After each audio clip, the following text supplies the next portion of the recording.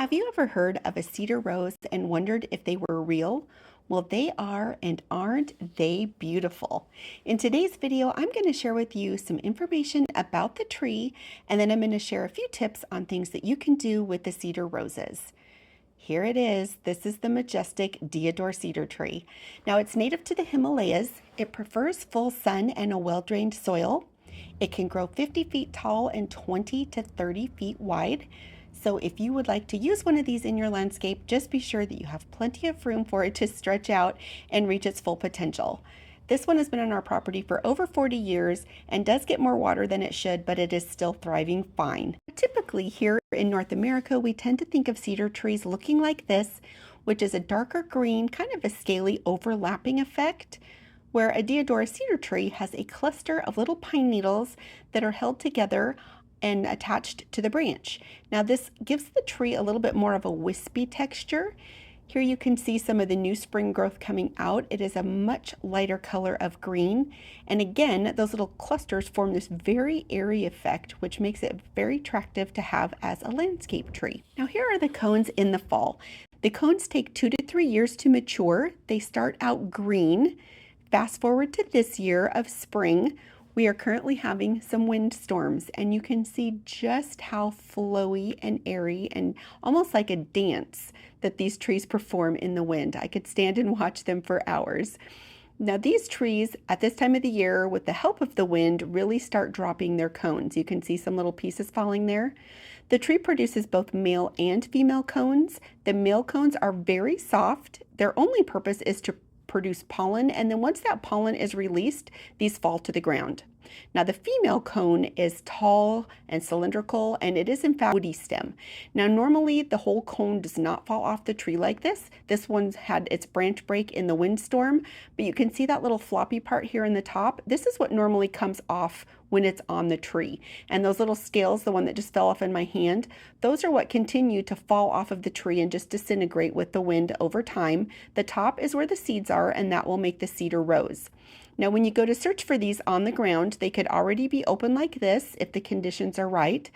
Mainly the heat will dry them out and start to open them, but you may also find some that are still closed up like this. Go ahead and gather those up too, because those will eventually dry and open. Now this is one of the cedar rose heads that was very wet, and the seeds inside started to germinate, and you can see just what they look like. The tips of these got bit by a frost, so unfortunately these ones won't survive, but this is what you will look for if you ever want to collect seeds. Now here are just some shots of the tree in the stages of the cones being released. They don't all release at once. It usually takes about a month to a month and a half for all of the cones to come off of the tree. But this section right here, all of the cones have pretty much disintegrated except for what is just barely attached. These are a few more left on the tree that are lingering, but that will come off here pretty soon. And I want to show you what the underside of the tree looks like when it sheds. These are all of the base of the cone that just periodically fall off the tree when it's stormy or windy or they fully dry out. You don't want to walk barefoot because these are very sharp and prickly, but it does in fact make a mess. I'm just going to show you here some stages of some cedar roses as they're opening. You can see some are a little bit tighter in the center still. This is the top of that cone that I just showed you. It's starting to dry out and it's flaking off the part that won't be the cone or that won't be the cedar rose. I just go around, I collect them all in buckets, and then once I have quite a few, I will spread them out in a box. It's best to do this so they open well. And here we're going to go from pretty tight, and I'm just going to show you the progression as fully as I can of these cedar roses opening. And they are really quite stunning. And now I'm going to share with you just a few ideas of what you can do with some of these. Now one of the first things that I'm going to do is take one of these fully open cedar roses. You see how it has a little opening in the back there? You can take a floral wire. This is fairly thin, so I'm just going to fold over the tip to make it a little bit thicker there at the top. Pinches as tight as I can, and then I am going to put some hot glue down inside of there. I'm going to fill up the cavity, and then I'm going to take that folded end that I just made and stick it into the base there as far as I can, and then let that hot glue dry. Unfortunately, hot glue dries very quickly. So now that it's dry, I'm going to take some of this floral tape. It's kind of a greenish brown, and I'm using it just because it's a little more natural looking with the Cedar Rose.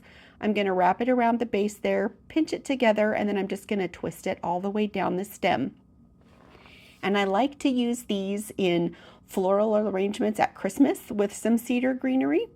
If you wanted a thicker stem, you could add another wire on here, or you could just use a thicker gauge of wire. Whatever your preference. But now you can see we have a nice, beautiful, long-stemmed cedar rose ready for your crafting. The next thing I wanted to show you, this one is actually spray painted gold. It's kind of hard to see because we are out here in the sunshine, but you can spray these any color you want, or you can even use a glitter spray. Very stunning at Christmas. You can also place them in a tray for display. I put the gold one in the center so you could see the difference here inside. But hopefully you found all this information about the trees and some things you can do with them helpful. I appreciate you hanging out with me today. Love to have you subscribe, and we will see you next time.